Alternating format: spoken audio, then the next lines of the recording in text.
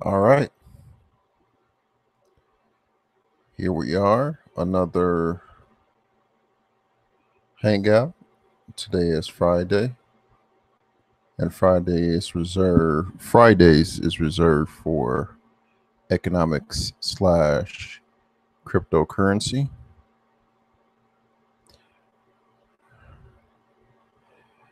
Today, since this being the first cryptocurrency video, I'm going to reserve it for base knowledge of what is cryptocurrencies and what is the underlying technology of cryptocurrencies, which is blockchain.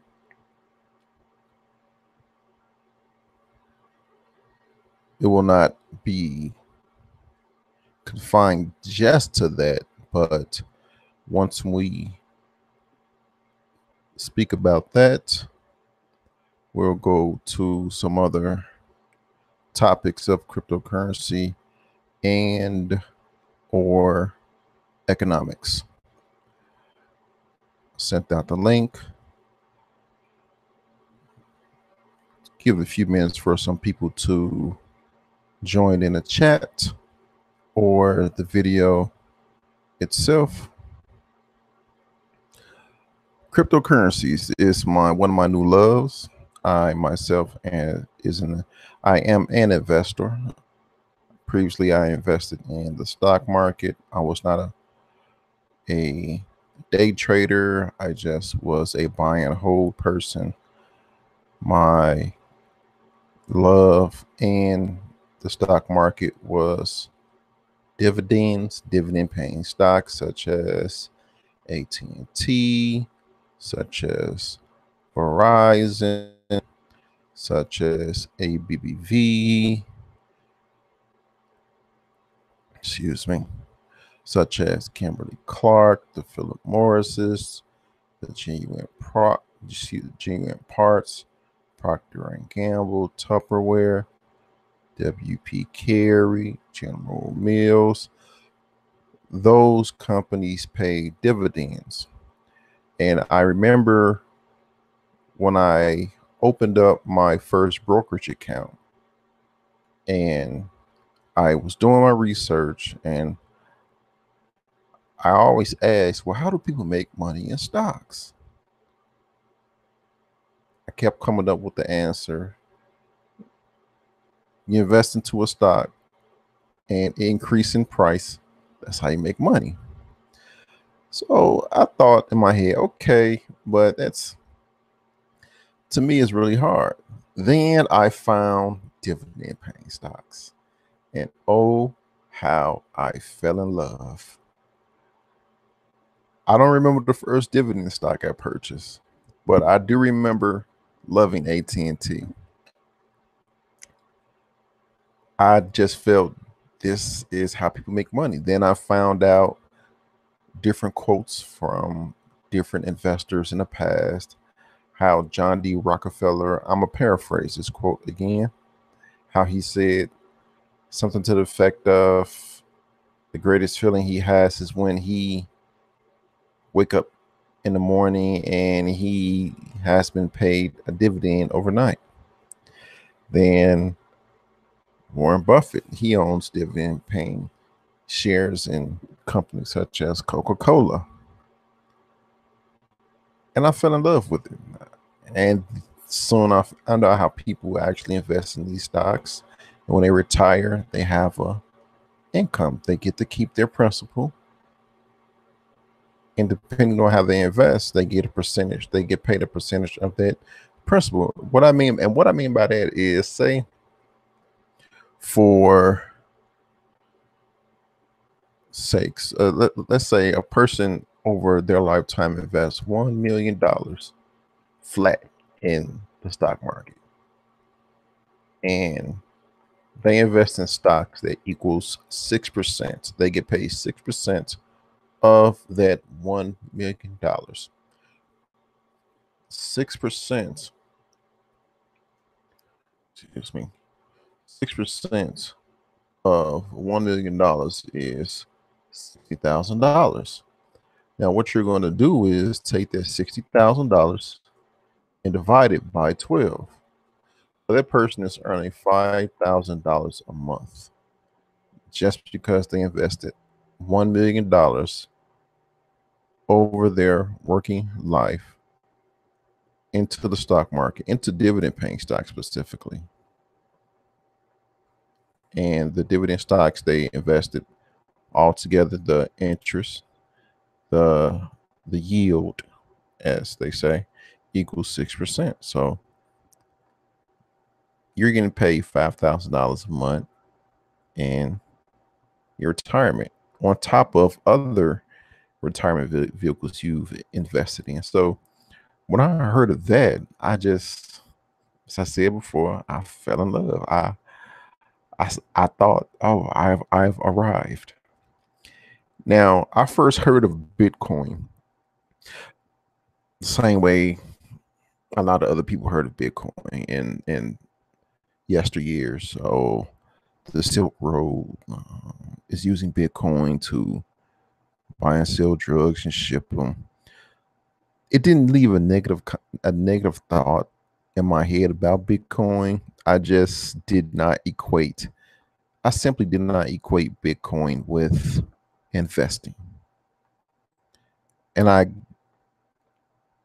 guess I did not equate Bitcoin with investing because of those stories. It, like I said, it didn't leave a negative thought in my head of Bitcoin, but then again, it did because I didn't think about investing in Bitcoin because it was tagged along with the Silk Road, the online drug website. Then I went to a few hangouts, BGS hangouts. He started talking more about Bitcoin, and I heard other people talk about Bitcoin, such as Mike, and I just asked, what is this Bitcoin that you speak of? Mike told me a few sites to go to, Coinbase and other sites. And at this point, it was October 2017. Hey, how you doing, Mike Vincent? Glad you've come. I'm just going over my story of investing and how I discovered Bitcoin. So I think it was around October 2007 when I discovered Bitcoin, and I fell in love. Like, wow, this is magnificent. Let me invest in Bitcoin. And at this time, Bitcoin was about 7,800. So I put a couple dollars in Bitcoin. Then I found out about CoinMarketCap. And I looked at CoinMarketCap and I discovered a cryptocurrency, an altcoin, as they say, called Ripple. I looked into Ripple and I discovered what they were doing. And at this time, Ripple was 20 cents to about 20 cents. And I just dove straight in. I just jumped in, invested into Ripple. But that is my beginnings of cryptocurrency. Then I found out how you can earn a passive income through cryptocurrency. And again, I fell in love again because, like I said, I found out how people can earn that passive income. There's many ways people can earn a passive income through the stock market. My one was dividend stocks. Then I found you can do the exact same thing through cryptocurrency. I got the warm feeling inside. I just said, this is it. But tonight we're just going to, at the beginning, we're just going to go over what is cryptocurrency, what is the underlying technology of cryptocurrency, that is blockchain, and what does the future hold in store for cryptocurrency? And I don't even think that's the question. What does cryptocurrency hold for the future? Because I believe cryptocurrency is the future because of the underlying technology, the multiple ways you can use blockchain, and there's other technologies that such as Tangle, which is IOTA's technology. You have Hashgraph. I don't know specifically too much about those other two, but you have these other technologies, and people are calling these different technologies Internet 2.0. These technologies have a bright future, a very bright future, and people are starting to grasp these technologies and mold them into ideas, that can be untold what they can do for the future. So with that said, with the very smooth introduction said, let's get into it. Firstly, I am going to start off with a proper, quote unquote, proper definition of cryptocurrency by going to my friend Google and sharing the screen. Beware of the the field of depth. Okay, let's see if I can. Yep, did it right. Cryptocurrency. Cryptocurrency is a digital currency in which encryption techniques are used to regulate the generation of units of currency and verify the transfer of funds, operating independently of a central bank. Now, in cryptocurrency, you will always hear decentralization, decentralization, decentralization. And what that really means is, with your regular banks, you have one central bank. In America, you normally have the Fed, the Federal Reserve. They distribute money through the other banks, such as Bank of America, such as basically the big banks you always hear of. They distribute the funds through that way. But if someone were to rob, quote unquote, rob the Federal Reserve, then, or your bank of choice, that branches of that your bank of choice, that branch, then all your funds can potentially be gone. But with cryptocurrencies decentralized, so that means there is no one place you can go to, quote unquote, rob or gather all the Bitcoin or gather all the Ethereum. It doesn't exist. And with cryptocurrency, you are in charge of your cryptocurrency. So if you buy Ethereum, if you buy Ripple, if you buy EOS, Litecoin, Bitcoin, you can store that on your computer.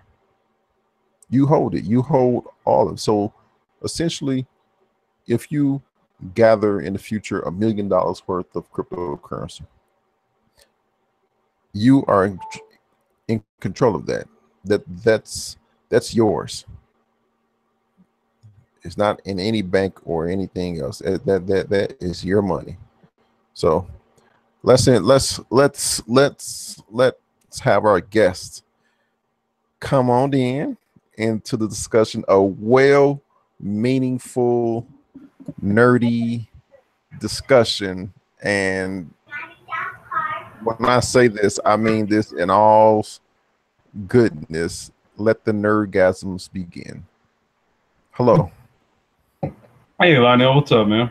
I'm doing well. How are you doing? I'm good. Mike's there? Yes, sir. Can you hear me? Yes, sir. Is that Mr. Vincent there with that beautiful, was that a Lotus I see there? Yeah, Lotus Evora 400. Yeah. Yeah, I like it. I actually went to the dealership the last few days, just testing out some toys, so see which direction I'm going to go into. Okay, now, quick question with that. When you go to the dealership, do you go dressed up with a tie and slacks, or do you just go? To be honest with you, I always dress in I'm always in classic man mode, so Okay. it's not that hard for me to go from a dinner or an event and then just shift over to a dealership. So I'm always in classic man mode no matter what. But when I did go to the Honda Acura dealer, I was treated pretty poorly. Really? Despite the way I was dressed. Yeah. So I got a phone call and an email from one of the vendors. I think it was like Acura or something like that. There was some kind of financial vendor, but they looked up my credit score, or whatever it was, and they offered me a deal. So they said they had an NSX at the dealership. So I said, okay, I'll come down and come check it out. I went down and go check it out. There was no NSX there, and they tried to offer me some like Honda Accord or Honda Civic or something like that. And I said, what is this? And I said, where's the NSX at? I was told, to come down here for, check out the NSX. And it was like, oh, there's, well, we don't have one in stock. I said, it's a custom order car. And I was like, so what? You give me your business card and, you email me and let me know when you have it. And the guy was like, oh, that's $1,000 a month. And I'm like, and really? and what does that have to do with anything? Right. And he asked me, would you be trading in your vehicle? No, I'm not trading in my vehicle. I'm coming to get that car. You know what? I would have been a real smart ass. I'd have just been like, no, actually, it's going to be more because I got to pay for insurance too. Oh man, I try to keep my composure because it's such a, the market is so small. I don't want to burn any bridges or anything like that. So I went down to the McLaren. I was gonna say that's just one of those little snarky replies you give somebody. Yeah, that's just just to let them know, like, look, dude, cut the shit. I'd have to pay more than that just to have this car. What are you talking about? Now, driving it in Boston with all the potholes, how will that work out? Seasonal. Yeah, it's very seasonal. But I have different sets of tires. I have winter tires and I have summer tires, so it doesn't really matter. And once you put the winter tires on, you don't really feel anything. It's like a polo. Yeah, so it's a bigger tire, right? Like you're not running. It's not like a 40 or a 30 series. It's like a 50 or a 60, right? Yeah, they're usually 50s and 60s. Okay. Yeah. Yeah. So I went down to the McLaren dealership down the street, and then had a great conversation with them. They were very gracious to me, offered me all types of numbers on the table, let me test drive. I was like, this is amazing. Oh yeah. So there's definitely a difference in how they treat you, especially how you're dressed and how you conduct yourself. So that's where that picture came from. Nice. I would say the other thing too with that is if you go in there and you know more about the car than the person selling it. Yeah. See, like that's the shit I pull, dude. Like if I'm gonna go and check something out, like I already did my homework, dude, and probably I've been doing my homework for a couple months. Right. So I'll come in there and I'm gonna ask you questions that either if you're a really good salesman, like you'll be prepared for any question because I'm also sure that you've had other people ask you similar type questions. But otherwise, if you're not prepared, like you better not dare talk any type of shit to me, any sort of condescending tone. It'll just be like, look, motherfucker, like, nah. Don't work. It don't work that way. Like I sell racing carts, man. I build and sell racing carts, and that's not something that you really have like a whole lot of customers for, right? But when somebody's gonna drop like $6,000, dude, literally on a go-kart, like, yeah, the last thing you want to do is assume that this person either A, doesn't have the money, or B, really hasn't looked into like what they're getting into. You shouldn't just make those types of assumptions about people. I think it had more to do with the color of my skin and the fact of my gender, Exactly. Yep. Oh my goodness, gender. And he didn't readily recognize you as some sort of rapper or some shit. Dude, I was dressed like Kevin Samuels, so it was more about who do you think you are coming to this dealership? So I'm motherfucker interested in a car.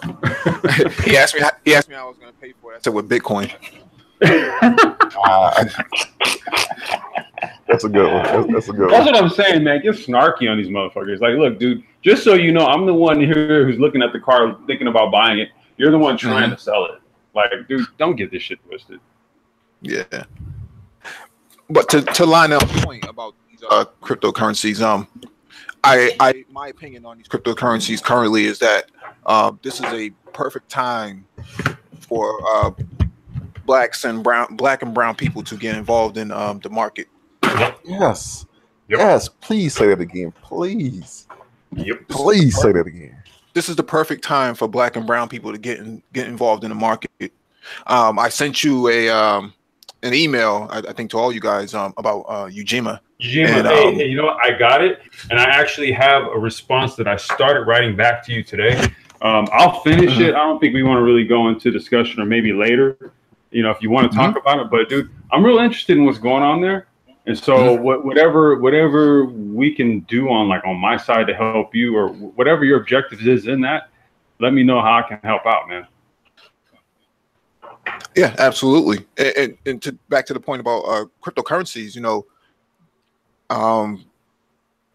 we're seeing more countries, more nation states get involved. We're starting to see more microfinancing in other countries for cryptocurrencies. You got Litecoin in Argentina. Was that you? What was going on? No, I think that might have been yeah. Let me turn that down. That's my daughter. Yeah, you got Litecoin in Argentina. You got the Petro Yuan and China's digital currency is starting to come online. Russia is working on a digital currency. Estonia is working on a digital currency. Venezuela with the Petro. Yeah. The Petro has their own digital currency. So you see everybody ramping up with getting involved in the cryptocurrency market, and it's a perfect time for African Americans or black and brown people to get involved. We see a lot of guys, a lot of millennials putting their money behind sneakers and tattoos and all these random things that don't really amount to much. When you can actually spend maybe $600 on a good crypto on the market, regardless of what it is, as long as it's not Bitcoin or Ethereum, you can make ends meet, or I shouldn't say make ends meet, but you can kind of get your feet wet in the market right now. Now that with that Ujima project, I was watching the sort of it's like a white paper but on video, like that 3.5-minute video they have, and in the video they did mention something about electronic currency. Now, so they're trying to have like a crypto ecosystem within all of this. Is that how I'm to understand this? That's the direction that they're going into is cryptocurrencies for the small of the market, rather to get around the dollar, because not everybody has access to big bucks, right? And if you're going to crowdsource something like that, now would be a good time to use a alternative currency to get around the dollar that's hurting you. Right. And I was like this, so they're looking at this more of like an ecosystem coin, not so much as like a broad-based digital currency. Right. More tokenized. Right. Okay. Now, Ulysses, I went on Code Fusion's YouTube channel and I typed in blockchain, and he did a very good job explaining what blockchain is, and I'll leave a link to that video in the description. But just to paraphrase what he was saying, blockchain is a system, not a system, but a ledger. But that ledger is divided up through cryptography, which is mathematics, or a version of mathematics, and it is digitally sent throughout computers, and there's always a record of who owns what, when, and what they own. Right. And each block is linked to the previous block, so it's always a continuous record. Right. Now, with that, with this type of massive blockchain, it's hard for hackers it's very hard, extremely hard for hackers to hack it, because each computer will know when one computer has been hacked, because it will not the information from the hacked computer will not match other the other ledgers, computers. right?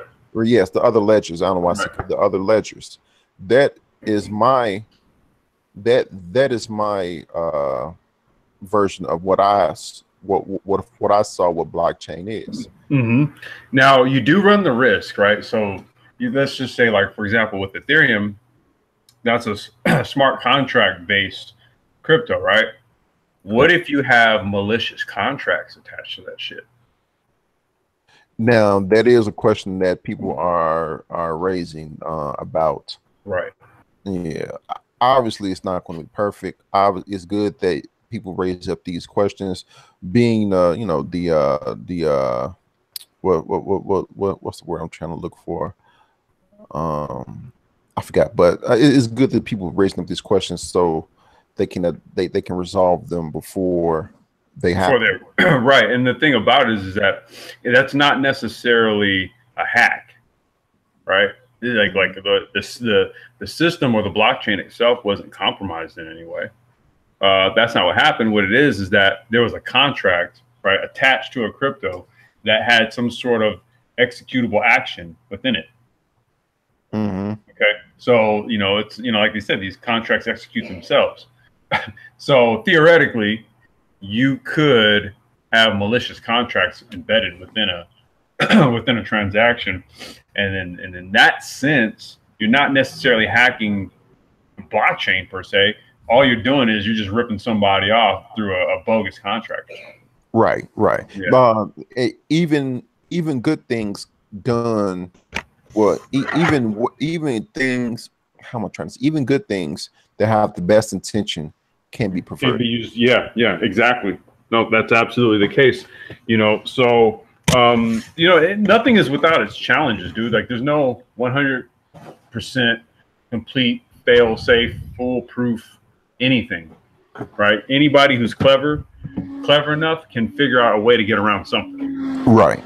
Now with cryptocurrencies, I know a lot of people are very skeptical, not skeptical, but very scared in dealing with cryptocurrencies. When I first came in and I discovered Ripple, I wondered, well, how do you buy Ripple? Because when I came in through Coinbase.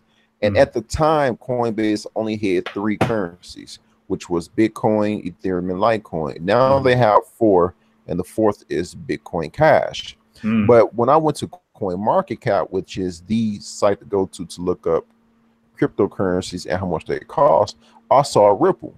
And I did a little research on Ripple and saw what they're doing. And I said, well, I want to invest in this. And at the time, Ripple was about 25 cents. But I didn't know where to invest in Ripple. So I went on YouTube and found out, okay, you can go to this site, this exchanges. Yeah. Right. But in order to transfer your Bitcoin to the exchange, you have to type in this address, copy and paste this and that. And I was very scared to do so because I don't want to lose my money. Those type of transactions are irreversible. So I was very skeptical. I was thinking, like, man, should I do it? I said, I'm gonna do it.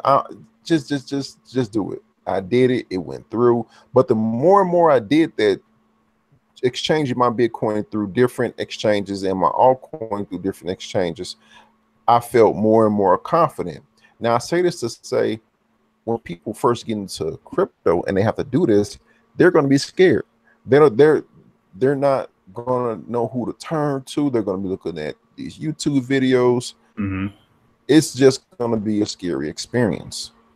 Well, like okay, let's draw what they say about the current crypto crypto sphere, if you want to call it that, cryptocurrency sphere. Is that it's akin to where the internet was in around 1992, 1993. Okay. Correct. So I was using the internet back then, and there were relatively few people who were buying things on the internet at that time. Like, my mom actually bought some stuff online, dude, back in like 92. Really? Yeah. Yeah. I mean, now the way you did it was pretty archaic. What you did was you went online, you got what you wanted, and then you basically printed out the form and then you mailed it in with a check, and then they mailed you your stuff. Okay. But that's the nature of being an early adopter. Now, everyone is not going to do that. What they're going to do is they're going to wait to the point where, you know, they can run their card online and it's secure. It's not a problem. Okay. Right. And that's going to be the majority of your people. So making that analogy, you're only dealing with your early adopters right now. Okay. In another 10, 15 years, cryptocurrency will be commonplace because it'll essentially just be the QR code in your phone, and you just go around just beaming your phone everywhere. Now, you know, in America, we're largely, we think we're at the forefront of all things technology, but we're actually not. Because in other places, and I mean, even in countries that are developing, that are like, you know, they're not even on par with, like, you know, sort of the average state of modernity, right? You know, by and large, we're all in a home that has, like, you know, central air and a modern day sewage system, whereas in a lot of places they don't. They have something a little more, you know, a little older, but their currency systems are more advanced than ours. Like and Mike can maybe speak to this. I know there's I forgot where in Africa where they're utilizing a peer-to-peer payment system via phone. And like, this isn't even like your top of the line smartphones that they're doing this. Kenya. There you go. You know, so, you know, it's more of a reflection of, you know, American culture and society and how we view our interactions with technology. Like, we're all good putting every intimate detail like on Facebook, right? And we're all good with like dragging out beefs and airing people out and doing all that kind of stuff on Facebook and Instagram, all this kind of shit, right? But cryptocurrency seemingly is just foreign. It's a foreign concept. You know, so it's just, you got any really input on this, Mike? He's hitting it right on the money.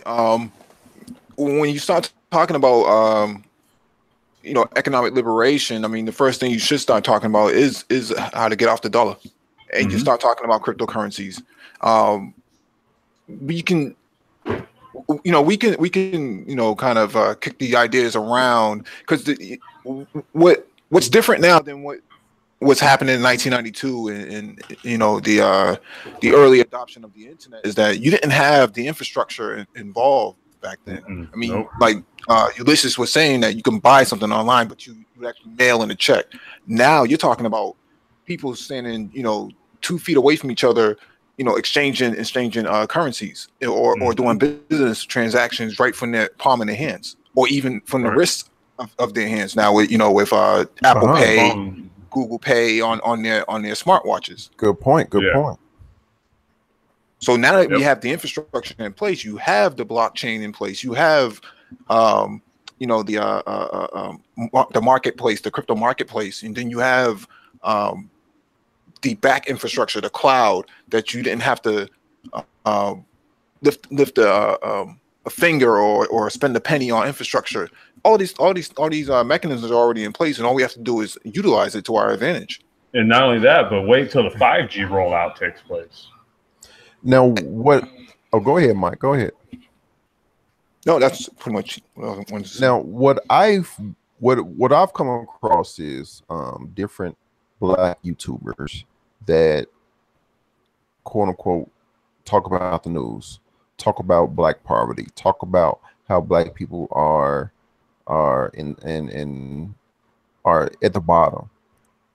But I've even heard some Black YouTubers that talk about these topics say, don't invest into cryptocurrencies, and their reasoning is, oh, these they will point out some big investor or big investors who would talk negative about Bitcoin and cryptocurrency and say, oh, if they will not get in it, what makes you think you will get in and make money? Or since they're not getting in it, I will put my money with them because they're not getting in it. So you have black people listening to these type of people getting indoctrinated with their thought, with their train of thought, and just not getting into cryptocurrency at all. Mm-hmm. I mean, well, here's the deal, right? Like, people listen to Boyce Watkins for a reason. Okay, people listen to Peter Schiff for a reason. People listen to Jim Cramer for a reason, right? Everybody speak. There's people who are in certain positions of influence who speak to those people, right? At the market, that's the thing about the market. It's chaotic in its nature. So you're not going to ever get, and I really wish that we could kind of get a grasp of this, just like in the sum totality of it all. But look, black folks by and large are not going to see everything eye to eye, right? They're not even going to see something like financial policy eye to eye. That's not going to be the case. With regards to crypto, here's the thing. Early adopters have to essentially create their own subsectors, right? And in creating that subsector, if it's largely targeted towards the African American community, because at that level, what you do then is you set up that sub infrastructural, you set that up, whatever that platform is, and then what you do is you just bring them in as customers. Okay, not everybody is meant to be a boss. Not everybody's meant to be like a founder. Not everybody has really the capacity, capability, or like really the desire. Because really, even if you don't have the capacity or anything like that, if you have the desire, you can gain the capacity. So it's really just a matter of, in this sphere, it's about the sharks, right? It's about the sharks, and it's about who's out there and who's hunting. Now, again, if you set up a subsector and then you go and you bring them in as customers, well, then you're automatically rolling them in. I mean, look, all these people that you're talking about, they carry ATM cards. They have ATM cards. They have smartphones. They have modern day technological devices, right, readily accessible to them. They own them, right? And the fact of the matter is that no one had to convince them to use them. It became something where just in their average everyday sort of dealings, they saw these things as prominent items, right, that had a lot of utility and usage to them. And through that, they said, well, look, I need that. I need to have that. I mean, look, they didn't market iPhones to broke people. They marketed them first to the people who could afford them. And when you saw all the tools and everything and all the things you could do with an iPhone, everybody else was like, well, I want one too. And then what Apple did, they responded. They said, okay, we'll make lower price versions of the iPhone. So you got to kind of view this much as a market maker more than anything. If you're talking about getting or convincing black folks to sort of adopt it as an alternative, like you have to market to them and incentivize it. Convince now let me switch gears to this underlying technology. Michael, I want to ask you this question. With the blockchain technology, since we just went over it is a group of ledgers to let you know who owns what or who has what. I've seen the video, again, Ulysses recommended me to Code Fusion, that he went over the potential of the blockchain technology, which is blockchain can be used to let you know who owns real estate. It can be used in the medical sector. It can be used with, and you actually see some countries such as Dubai. We talked about Dubai being a blockchain city, some places in India. Now, with this blockchain technology, what do you think can be the potential of blockchain in the future? And how can black people use blockchain? Well, let's use something that that our culture has been using for quite some time, which is hip hop, right? A lot of artists, a lot of groups, have been hoodwinked and bamboozled by outside influences that have hijacked the industry, and forcing rappers and artists to not get their fair share on their sales, their album sales. Right? You have these 360 deals that are in place, and then you factor in the bootleggers of the 80s and the 90s who in the early 2000s who kept making copies of their CDs and selling it on the street. When you have something like blockchain in place and you're a hip hop artist and you want to get the best distribution and the best return on investment, the blockchain is going to secure that. And when you start leveraging other technologies like QR codes, for payment methods, you have an album that's going to drop, and you back it with something like blockchain technology. Each and every single customer and fan that you have that has purchased this product. And not only that, now you start taking into data science of it. Who's buying it? Is it a millennial? Is it a Generation Z, Generation Xer? Where do they live? What kind of neighborhood are they from? What city are they from? All of this data and all of these parameters matter, and that's where the blockchain comes in. That I wouldn't have thought of that. Wow. Now, how about you, Ulysses? What do you think this blockchain technology pose? How do you think this blockchain technology can grow and blossom in the future? How big can it be? Well, I mean, when you look at it,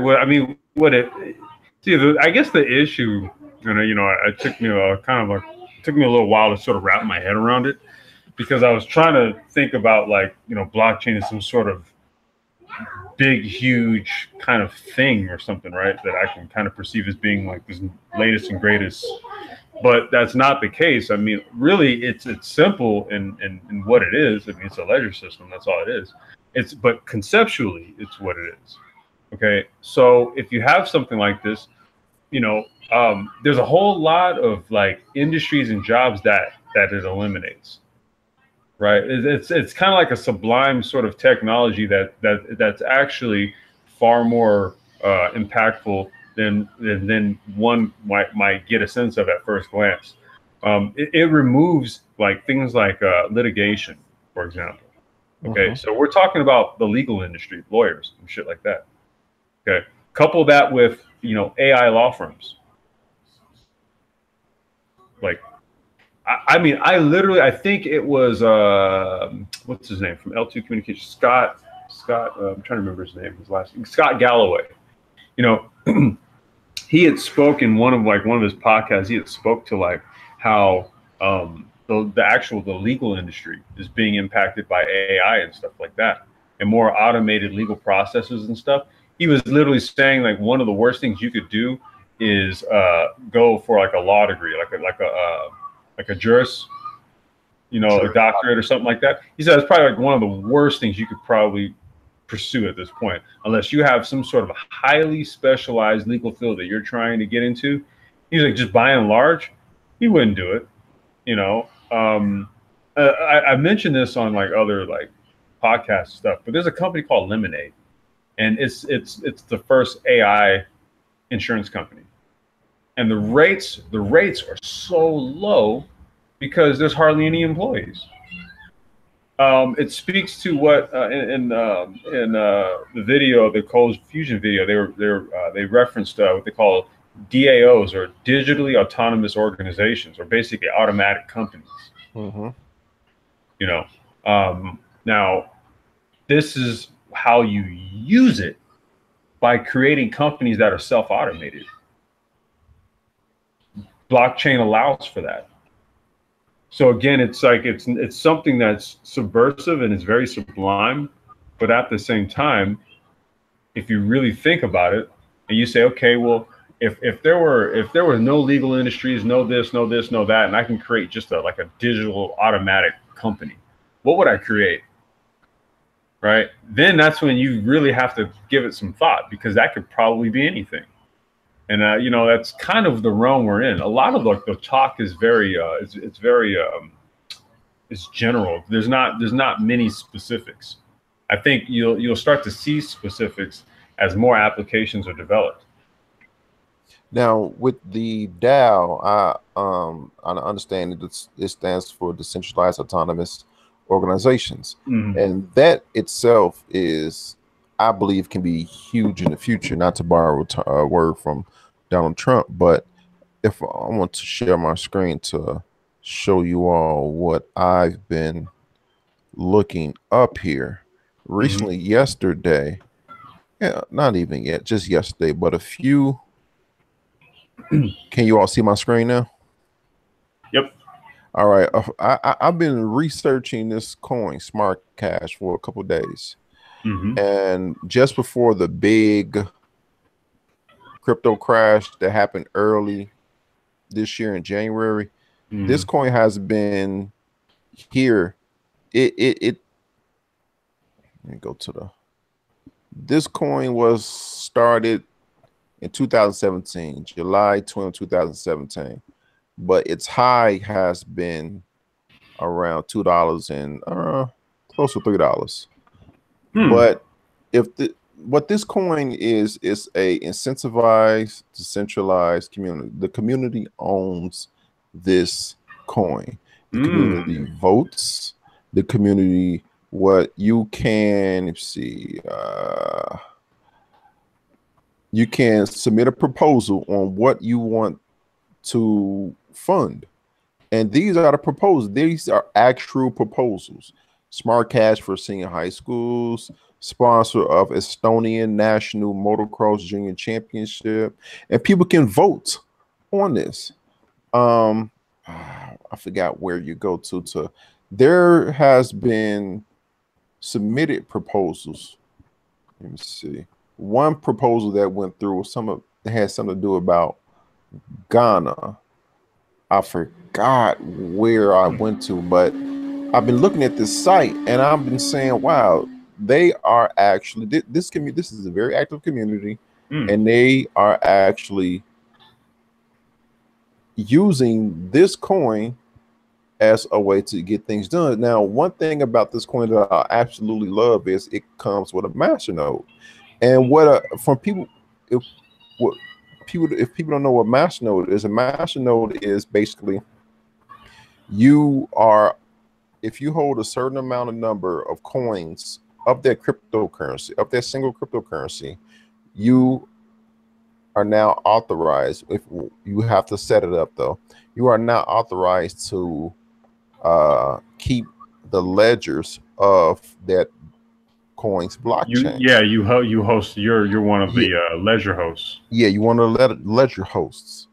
Now, to have a masternode in this coin, you must have 10,000 smart coins, and they pay out, I think, 5% per block.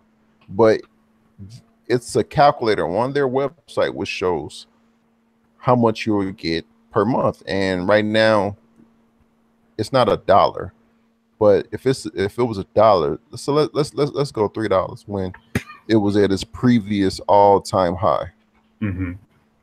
With $3, you were gaining about $1,700 a month, $61 a day. But this is the other kick, and I bring up my calculator. With 10,000 smart, and right now 10,000 smart, that's about $2,500 just to get a masternode. But once this goes up, wait, is it? Well, I thought it was at 16 cents. No, once the price goes up.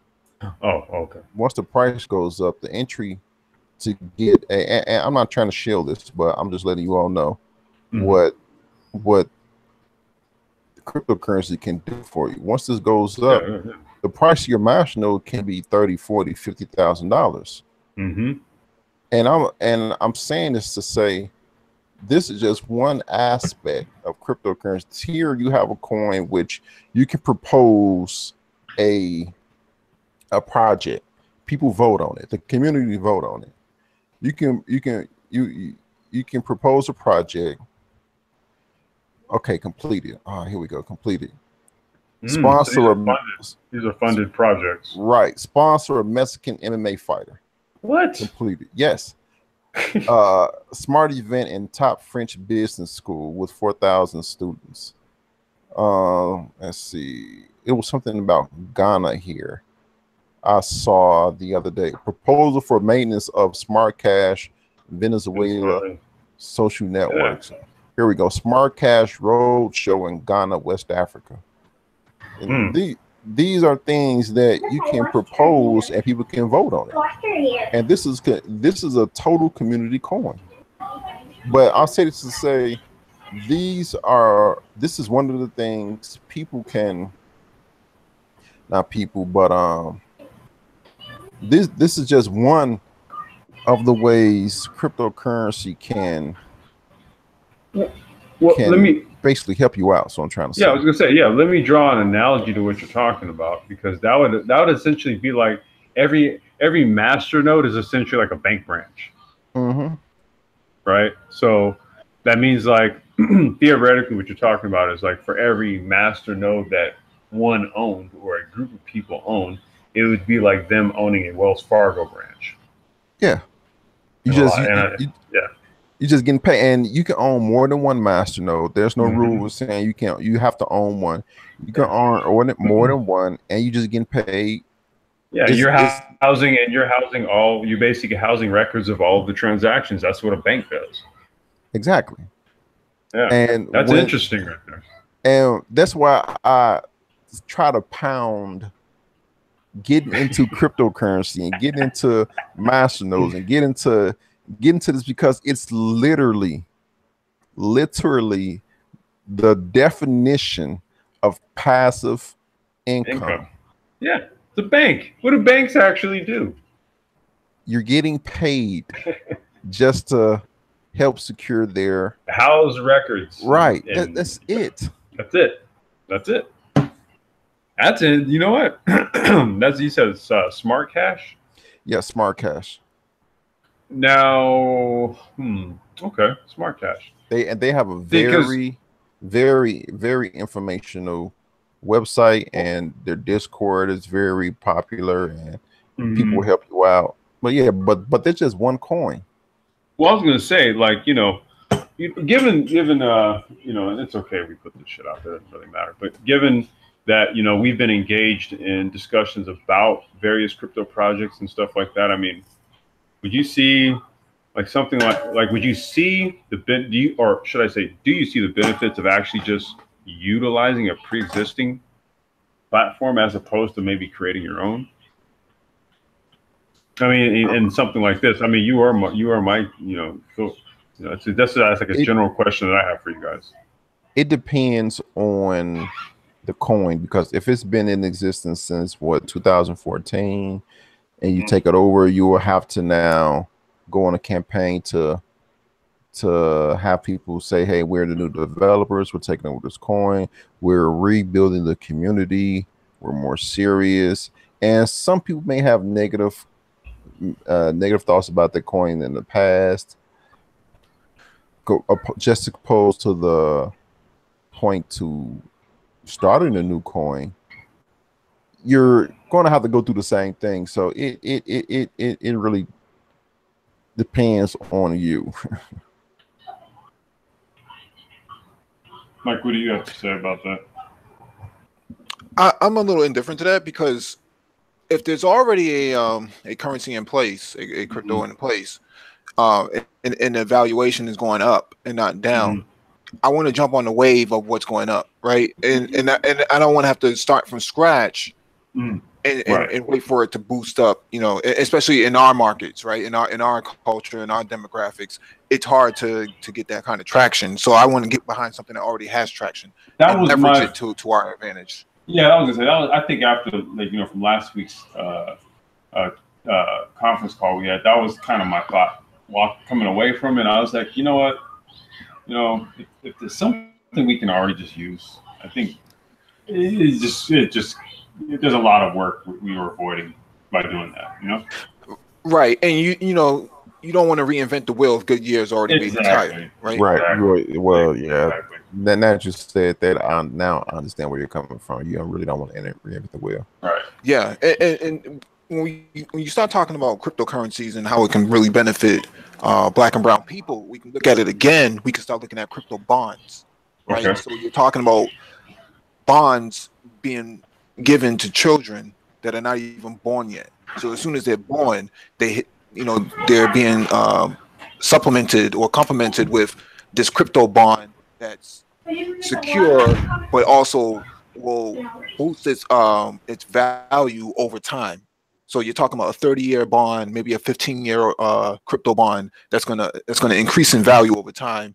And you know, if you're born into a certain tax bracket, then it's automatically afforded to you. So that way, you're not born in, you're not living in economically deprived situations for the rest of your life. You know, you have something to look forward to as time goes on that can actually be in your possession and not in the government's possession or some other foreign entity's possession. It's in your possession. It's in yours, right? And it's digital. Okay, yeah, I like that, man. Yeah, I mean, I think I think what it requires in order to create your own crypto, you know, that's you need something, you know, well, in my view anyway, something that has like long-term legs, and you also have to have, you know, you have to have the technological and the security apparatus in order to like see it out over the long term.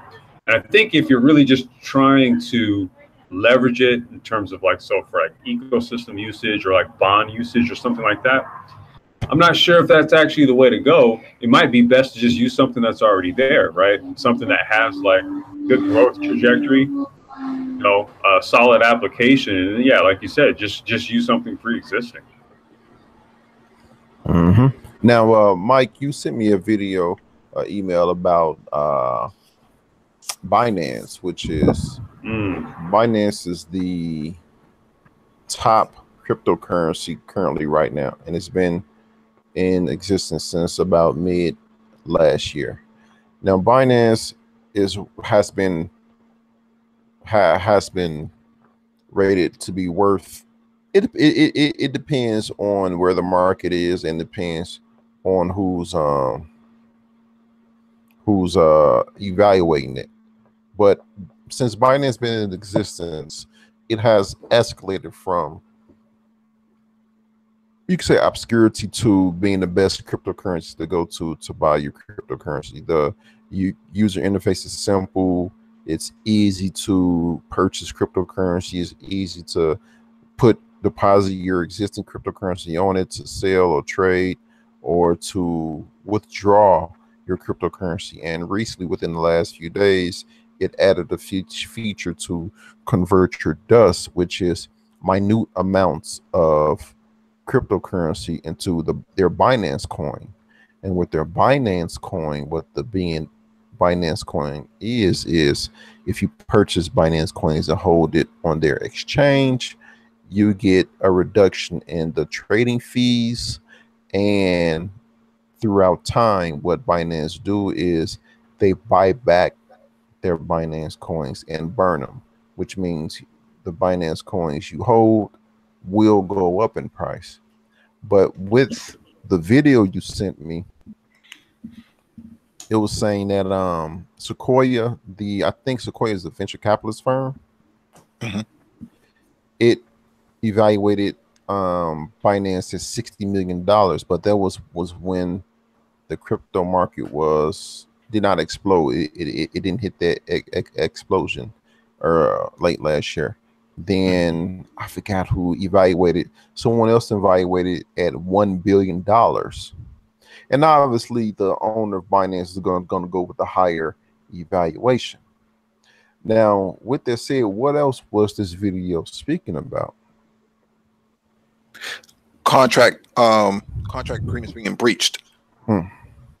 So it sounds to me like they made a Binance, which is the marketplace for cryptos, made an agreement with a previous venture capitalist or investor and kind of breached that by going with somebody else. Which was the higher bidder.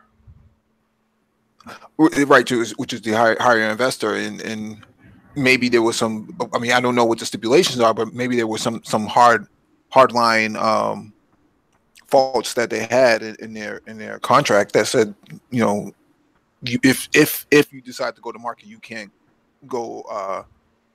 You can't go against what we offered initially, our initial coin offering, or your initial marketplace offering. Which was right at the time, right? At the time, right? Right, and because of the volatility of the market, obviously it's going to spike up, you know, to $1 billion because everybody wants to get in now. People want to, you know, other investors want to secure, you know, their place in the market by cornering the marketplace. Right. Right. What's your thoughts on all the like a lot of the ICO crackdowns that were happening though?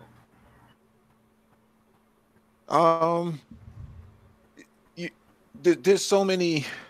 I mean, there's so many coins on the market. It's just hard, it's hard to really keep up. I have investor.com app on my phone, and I use that to kind of track where the market goes every morning. And it's just too much. You know, there's only 10 coins I can really, or 10 currencies I can actually track. You know, that can really keep up with. You know, and I don't know the rest of them. I just don't know. Yeah, I agree. There is a lot. There's more than 1,600 coins in the market, and before this talk about ICOs, since the turn of the new year, there was a lot of ICOs that came and gone. A lot of scam ICOs. There, and I know a lot of people know about BitConnect. BitConnect being a Ponzi scheme, but there has been people that say ICOs is more of a risk than the known Ponzi schemes that are going on in the crypto market, such as BitConnect. ICOs was more of a risk because people will say, okay, we're doing this, they'll make it look good, you invest, and all of a sudden they leave and you don't know where they go. Your money's gone. So it's really your risk, and you have some people that don't invest in ICOs that will just wait till it hit the market then invest. Well, I mean, you know, that's you run the risk, man. You know, you run the risk. So, but that's not a deterrent, or that should not be a deterrent from Black and brown people getting involved in the crypto markets. The problem is that everybody wants to be the front runner in terms of cryptos, right? Everybody wants to be the next Bitcoin, so they're waiting for the downfall of Bitcoin to happen so that they can take the place. I mean, at this point, if you don't have a whole lot of backing, then yeah, you're not going to be that. You know, you're not going to be the front runner, or even considered to be the front runner at some point. So yeah, there's going to be a lot of coins, and there's going to be a lot of shady business going on in the background. You have a lot of terrorist financing happening with cryptocurrencies as well, including Bitcoin and including other these phantom coins that are floating around the market that people have put their money into in order to get around being traced by the FTC and the rest of the alphabet soup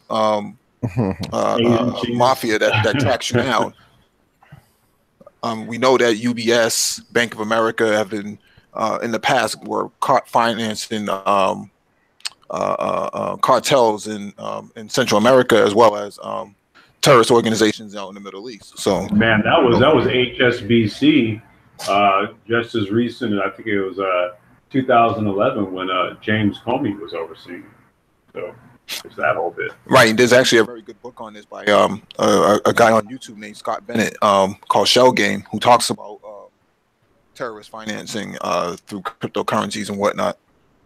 Yeah, I had a buddy of mine who does. He's heavily vested in mining, right? So he's heavily vested in mining operations up in Finland or Iceland. Which one is it? Where it's like a big mining industry? Finland is it or Iceland? You have Iceland, you have Greenland. Yeah, Greenland, because Greenland is ice. Yeah. So I think it's Iceland then, where he's talking about. But he was telling me that, like, and you know, I'm really not even, you know, I haven't done much research into it, but that Cardano, right? That's what that's largely used for, black market transactions and stuff. Cardano, really? Yeah, that's what he was telling me. I wonder why. Yeah. I wonder if it's because it's so cheap. You know, like, well, it's just kind of speaking to what Mike was saying. I mean, that's what I mean. It's like, unless there is unless there is a relatable commodity, right, that you could directly correlate to something in order to establish a given value. Like, to me, it's fuzzy logic. There must be something else to it, right, that gives it its value. Other than it just being an exchange medium. And, you know, for me, I don't know if I have the interest to really try to figure it out like that. I think my interest was more in, okay, well, how is it that I use my assets to commodify maybe, like, you know, a currency or something like that, you know, to give what it is that I have more value. You know, that was kind of my approach to it. But by and large, yeah, Cardano, I'm not sure what it is about it that is largely favorable amongst, like, black market transactions. Because the Cardano team has been said is to be a highly respectful team, and I heard this from multiple crypto people that report on the crypto industry. That go ahead.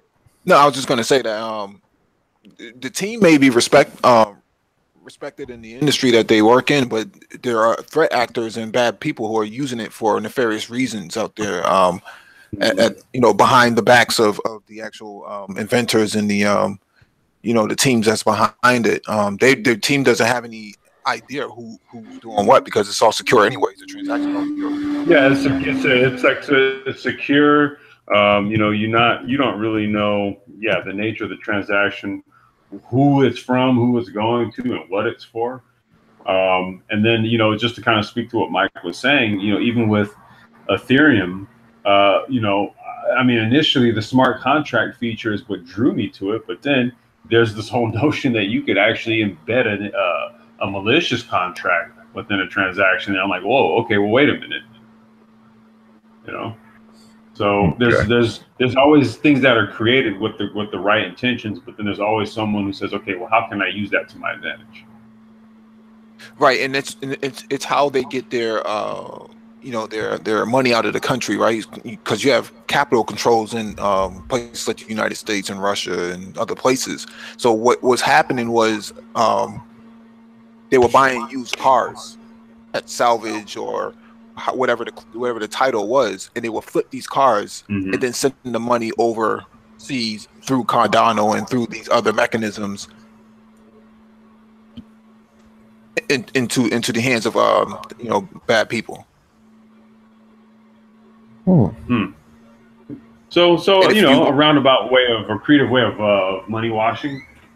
Exactly. They're doing the same thing with housing as well, the real estate market. So they'll take these tiny houses and flip them for X amount of money, and move the money through a digital currency. Same thing with Patreon.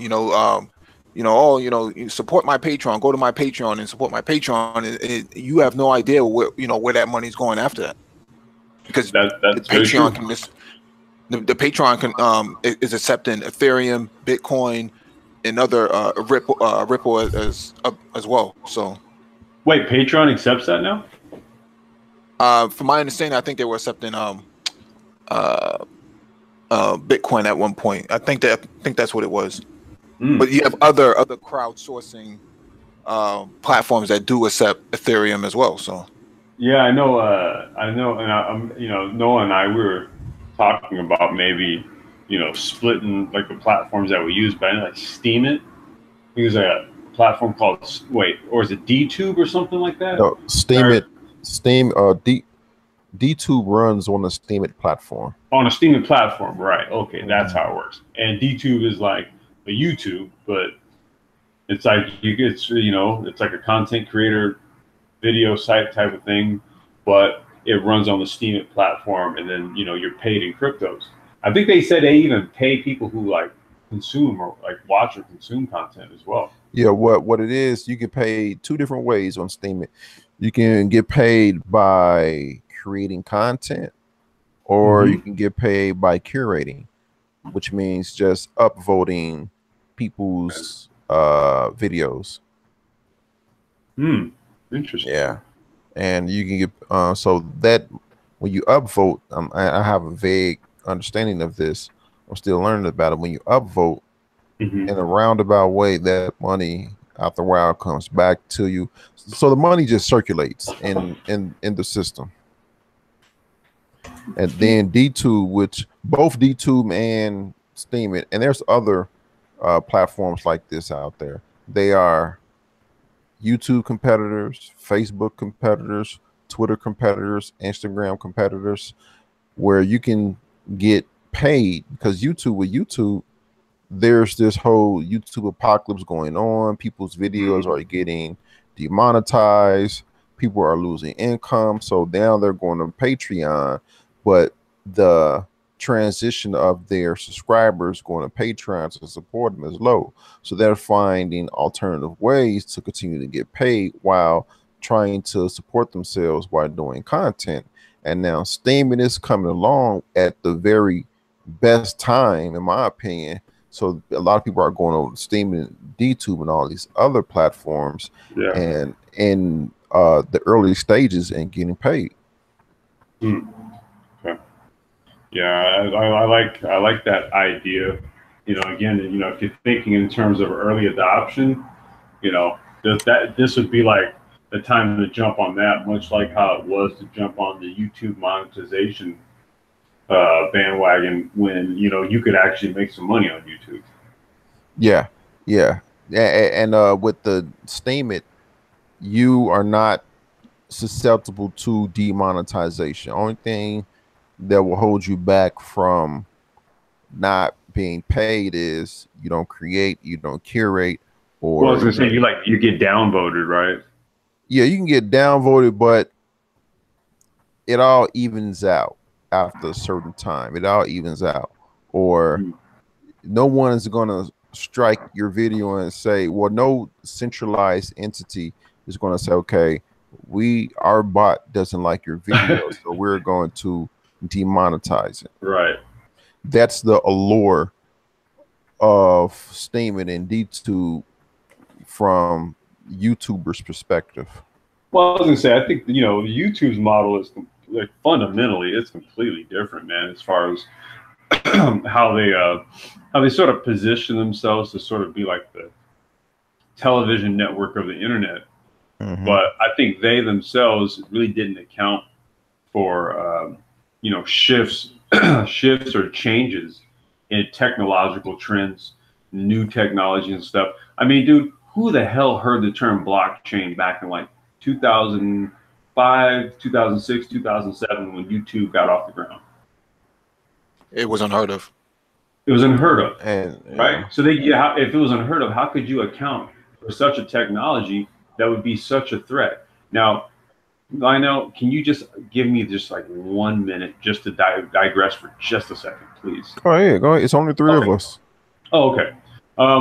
It's that very same reasoning and logic why I think it's erroneous to invoke a book that was written some decades ago about current modern day geopolitical maneuvering in politics. It's just because, look, if YouTube couldn't account for blockchain technology just some 12 years ago, right? How is it that a book that was written in the mid 60s can account for things going on in Syria today? It doesn't, you know, you know, it's hard to accurately predict what future trends are going to be because, see, you don't even know who might wake up tomorrow with a bright idea, right, to completely revolutionize or change some shit. So, you know, I say all of that, you know, and I guess that was just a brief digression. But again, you know, sometimes you may think your idea is going to be the biggest and grandest, but it could be something as small as, like, you know, just a technology like a blockchain where you don't really think it'll impact you or has anything to do with you. But then all of a sudden you see a competitor of yours who is literally leveraged off that platform, and you have no integration of it whatsoever in yours. Matter of fact, yours has become so bloated and convoluted, right? You've got YouTube Red, YouTube Gamer. You've got all these other things you got to account for, all these development costs of your platform, all of these various things. Man, this stuff is simple and streamlined. Well, it's important to understand as well that the founders of Google were actually married to the founders of YouTube. So wait, say that again? The founders of Google were actually married to the founders of YouTube. The women who started YouTube are divorcees of the founders of Google. Oh, that's because when you said it, kind of threw me a little bit. But you mean literally married? Yeah, these people were married. Yeah, Sergey Brin and what's his name? The other dude. Larry Page. Yeah, Larry Page. Yeah, they used to be married, and I thought, well, wow, when did what's his name get divorced? I know what Sergey Brin, I think it was. He got divorced like a while ago, and then but then Google bought YouTube for $500 million in 2006. Yeah. But you know what was funny? What was funny is that if I recall, like the guy, they were kind of parading like these two dudes who were like the developers of YouTube. But there's underlying code that probably overlaps each other from. Okay, maybe that was just it. These are the dudes who kind of wrote the code for it or something like that. But yeah, right. I do recall though the chicks being married to the two founders of Google, right? Well, right, and the same thing from Facebook. Sheryl Sandberg was married to, well, not married to, but was involved with. These are they're all Jewish, or I shouldn't say Jewish, but Zionist entities. They're all supporters of Israel. They all came from that sort of circle. So there's only about, when you really break it down, there's only about 5 or 6 people in Silicon Valley who control about 5 to 6 billion people in the world with one platform or another. I mean, well, that speaks to individuals who see the value in technology, right, and investing in it at the early stage, so that they can leverage the future value of it. That's what that essentially speaks to. I'm almost certain that there's technologies that, as a group, Black folks could be early adopters of, right, and then have a large share of influence in terms of the markets based on their activity and involvement on the investment side of things. Mm-hmm. That is totally not out of the realm of possibility. It just takes like approaching investment much like how they approach it. Mm-hmm. As a group. Yeah. As a group, because just like with the masternode, you control X amount of masternodes, and 2020 rolls around, 2021, 2022 rolls around, these coins or cryptocurrency goes up in value, you're getting paid more, and they have this passive income. Now, if it's a community coin, you can take it over. If 6, 7, 8 people invest in it and they have more than one node, you can take, you have more leverage to strong arm proposals to get done without the other community, without the other 95% of the community knowing these things actually happen. And I truly believe a lot of Black people think these things don't happen because they're so movie like or that only happens in the movies. No, these things actually happen. Well, man, it's about. Oh, let me close my window. Sorry, I live on a main street, you guys. Hey, we not in Cali, so we can't feel that Cali air. Wait, hold on. You wait, because I saw your so you're off of Michigan, like 1200, the 12,000 block. Mm-hmm. Man, you ain't but like a few blocks from Where my mother-in-law stays, bro. I'm on like the 9,000 block. I mean, yeah. When we're talking, I can visualize the area you were talking about. Yeah, it's still cold here, man. It's still cold. It's still cold. What's the weather out there? It's about 48. It was about 48 today. Dude. Wow, man. Wow. I gotta warm up, man. I'm really trying to get out to Chicago this summer, man. I don't know, man. I gotta work some miracles and figure out how to get out there, man. I gotta get back out there. But no, man. Just to speak to your point, though, you know, with regards to, you know, Black folks really not seeing it. You know, it's you man. How do you frame this? How do you frame this? I mean, you got to have vision, man. Right? Like, okay, in your mind, you have to think in your mind that owning a bank is a good idea. Right? Like if I asked you, would you, if you could, would you start your own bank? You know, most people, they would say yes, but once they actually dig into what it requires, they wouldn't do it. Right? So they never actually. Oh, go ahead, Mike. Go ahead. No, I didn't mean to cut you off, but no, go ahead. An actual bank, yeah, it's going to cost a lot, but a credit union or a savings and loans bank is only $250,000, and I think as a minority, you get a discount or it's discounted because you're considered to be. It's a way of affirmative action working in your favor. But when you really put it together, when you start talking about cryptocurrencies, what about instead of a credit union, what about a crypto union? Right. Well, that's what I'm saying. And then you use these master nodes. Right. These various branches around the country would be your master nodes. So exactly. And that's what I'm saying. See, now, like in a span of what, maybe 2 or 3 minutes, you know, we were able to kind of toss an idea here and an idea here, and then come up with a theoretical idea on how you could have like a virtual credit union branch. Okay. And this is what I'm talking about as far as vision. Like, you have to see it to the point where it's literally all it takes is just some discussion with some other people who think like you. And next thing you know, you're like, no, yeah, I think we got something.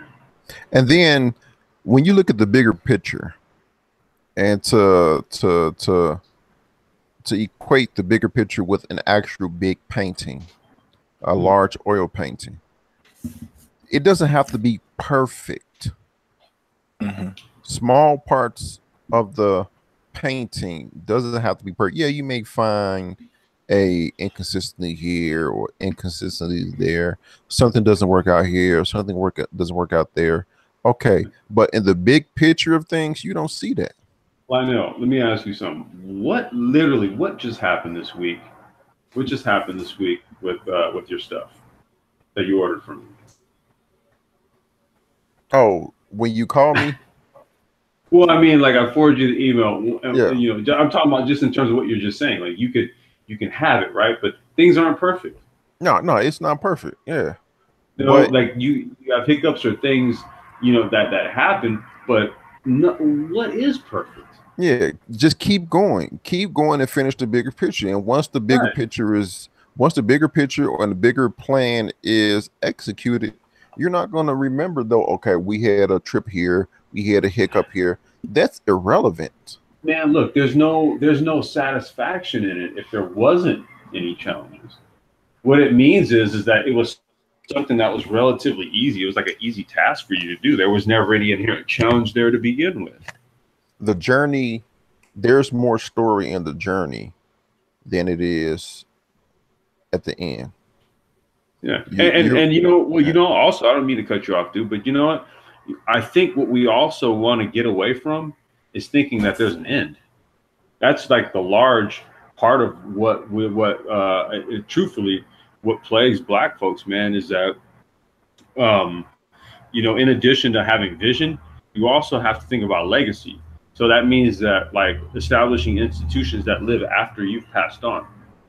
Okay, so when you think like that, dude, you're thinking like to like maybe 200 years into the future. I mean, like there's banks right now that exist that were founded like over 500 years ago, 700 years ago. There's schools that exist that have existed that long. There's private banks you've never heard of. You can look up like Bank Baring Sturza out of France. You can trying to think of there's a few banks like over in like Luxembourg, right? Like these dudes, they like the banks originated from like the jewel trade, you know, like back like during like the time of the Punic Wars and shit. You know, that's the kind of vision I'm talking about. You know, we think very, very like short term, like literally, it's like within 5 you years.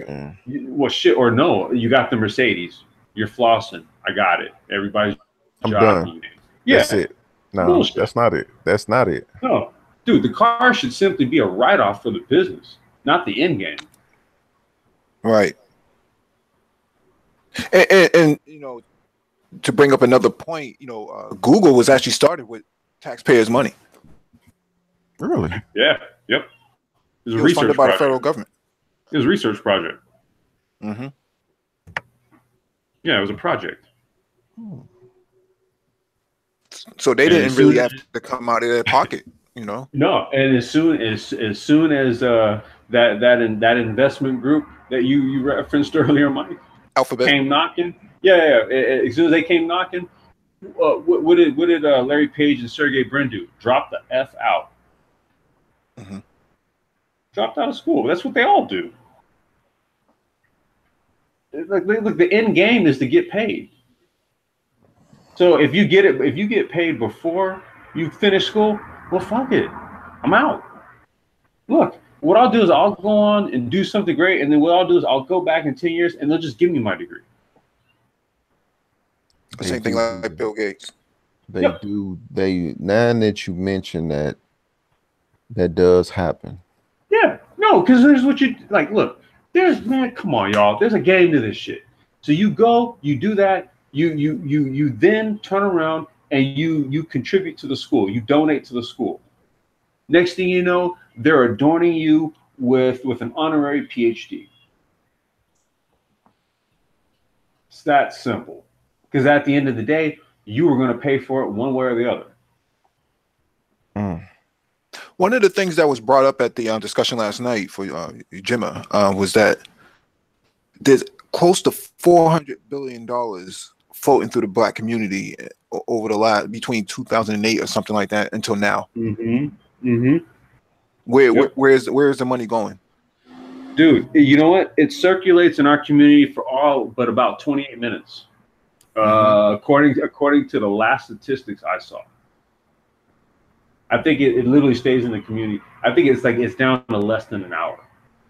And you know what? I used to be a big sneakerhead. I had well over 100 shoes, mainly Jordans.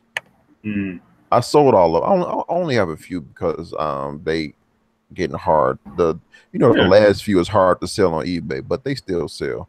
And there's a few on YouTube who I used to follow that review shoes. And the other day I went to their channels, and when people used to come in my room, they used to say, "Oh, it looks like a Foot Locker in here." And I said, "Okay, yeah, it's funny."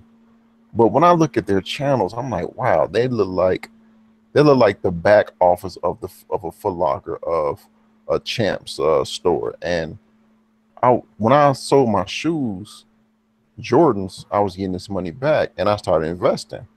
Then I started thinking, okay, well, do I need this? Do I need that? Then I started thinking, well, if I buy this, I won't be able to put money into Ripple. Ripple 25 cents. If I spend $1, I can get X amount of Ripple.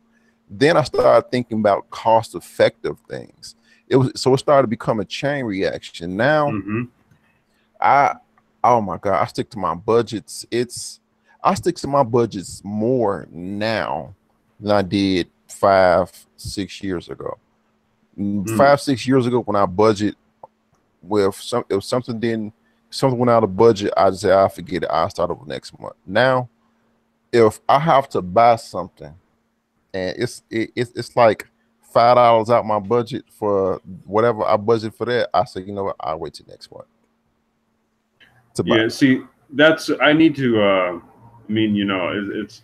I would say that I'm kind of at the stage now, you know, from a business standpoint where I really that's really like the one key area. If you had to ask me what's my weak link in terms of like business, budgeting. It always has been because I always just kind of been like a renegade entrepreneur. So it was just like, okay, what do I need? Like, what do I need? What do I need? How much does it cost? Right? I really didn't have like budget considerations. It was more about like, okay, what do I need to do, and how much is it going to cost me? I love budgeting. Yeah, yeah. I'm learning to love it because it affords you so much with what you have. What you have, right? Right. Nope, you're absolutely right, man. And like, you know, I've been after running into that wall so many times, man. It's just it's dawned on me that is the case. Yeah. Yep. You get tired of running into that wall. Fucking A, dude. Oh, like, we got a new guest. As soon as you get hit with, Dollar Will, hello. Wait a minute, man. I ain't chopped it up with my big bro in a minute, man. What's going on, Dollar Will? Oh man, I just had football on the brain the last 2 days, man. Football. NFL draft, man. It's draft, dude. So I said I could check in with the fellas. They finished pretty much for today, and after tomorrow the draft is over, so I'll be back on the grind.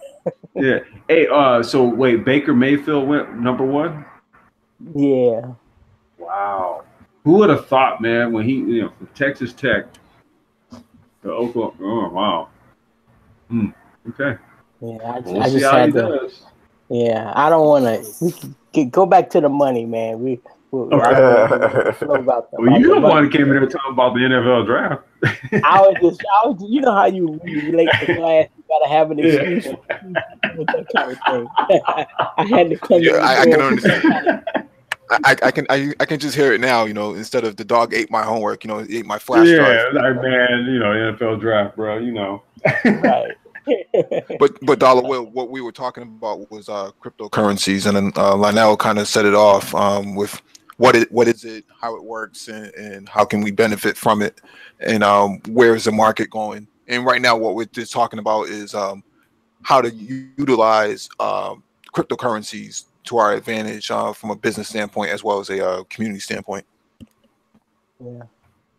Yeah, I tell you, the market. Just when I say the market, I mean the major indexes. You know, I'm dollar centric. Okay, gold, cryptos. It's a crapshoot, man. I'm not completely sold that Bitcoin, the bottom is in. I'm not completely sold on that. You think it's going to continue to drop? I'm not. I'm suspicious because, you know, I hold on to my belief that the U.S. dollar has its. I'm gonna start doing videos again real soon. You know, I know it's been a while, but the dollar has gone on a vicious run, and which I said it would, and it's. I don't think people understand that the dollar is going to make a new high. It's not over. It's like real. We like at halftime of the dollar run since 2011. It's got a significant amount higher to go, and interest rates have a significant amount higher to go. And I cannot see how Bitcoin is going to have strength to go higher when it's pegged against the dollar. And how is money going to go into both? I can't trust it until the dollar finishes this run higher and gets gets significantly overbought and reaches those key Fibonacci extension levels that, you know, I follow. So for me, I don't have any money in Bitcoin. I watch it, but I just can't bring myself to do it until the dollar story is done. When the dollar is like when it's like over. How do you make that determination, like when it's done? Like what does that look like for you? They're technical determinants. But first it begins with the theory. For me, the way that I trade, I get a thesis of where we are in the. I'm an Elliott wave theory trader. The theory, so right? The wave. Yeah. Now this is not foolproof. Now we're wrong. You know, it happens. You know, a lot. You know, but so far my count, my thesis is holding.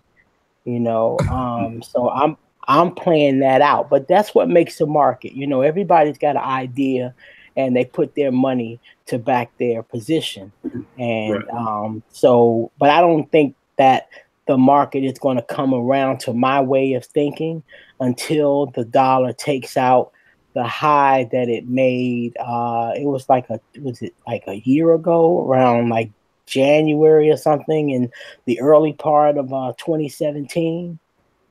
Now, so, I'll. You still have your channel, correct?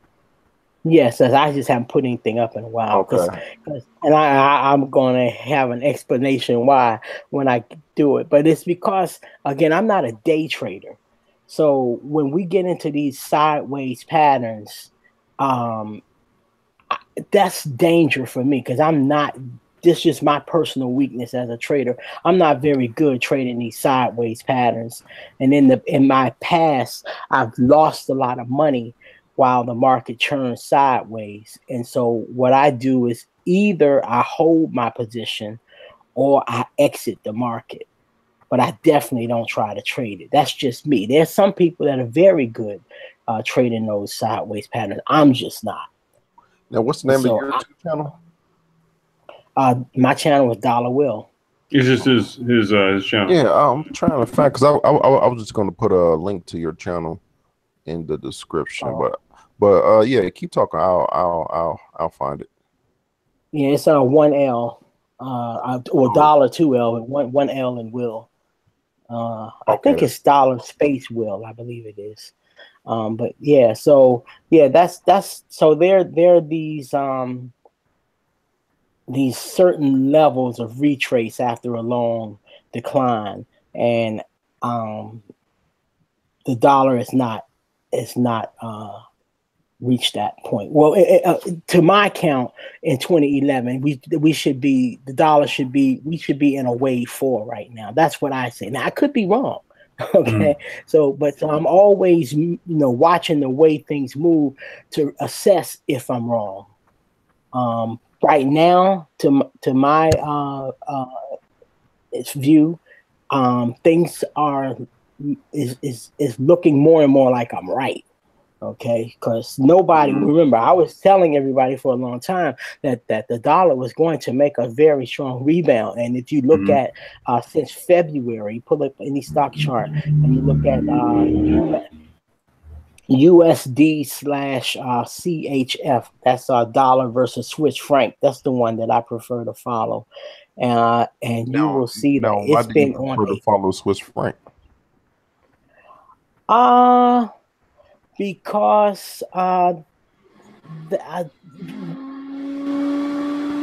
been around a long time. It's been around a long time. It crosses with a lot of other currencies. There's another dollar symbol that people trade. It's like a basket of a lot of different dollar pairs, and I don't like that. I like to keep it pure. The United States dollar versus the Swiss franc, or the euro versus the US dollar. Okay, I understand. Or gold versus the US dollar. I like things to be pure, so I know what I'm looking at, so I can see how the dollar works. Say America versus Switzerland. Because these are it's just cleaner in my mind to see how these currencies affect these countries. But when I don't like when somebody just arbitrarily takes all these different dollar denominated things and create a symbol for it. I avoid that. I just watch dollar franc, dollar gold, euro dollar. Keep it very clean and simple. Sounds good. I mean, you know, like I'm really just watching everything right now because Bitcoin then took a major dump, you know, but it still holds some value, you know, and you know with Lionel, Mike, a couple other brothers, you know, over the last couple of weeks, you know, the idea has really kind of like circulated. We've been really just kind of kicking around the idea of, you know, maybe enclosed like ecosystem tokens or coins, you know, and how those types of systems might actually be more applicable, right, in terms of how we're viewing cryptocurrencies as a whole. Maybe the best application is an ecosystem application. Mike he's been attending like this the Ujima meetings for the Ujima Community Project in Boston, and part of what they're talking about, and it fits when you look at the whole entire platform of the Ujima project, utilizing an electric or electronic currency, right, with amongst this ecosystem. It works, and I'm finding that a lot of these coins on our cannabis chat that we did on Sunday, we did like some analysis on like cannabis based cryptos. You know, we found a crypto slate. There was like a whole entire section, like 28 of them, and we went through each one. And it gives you a profile of each one and what it is that they do.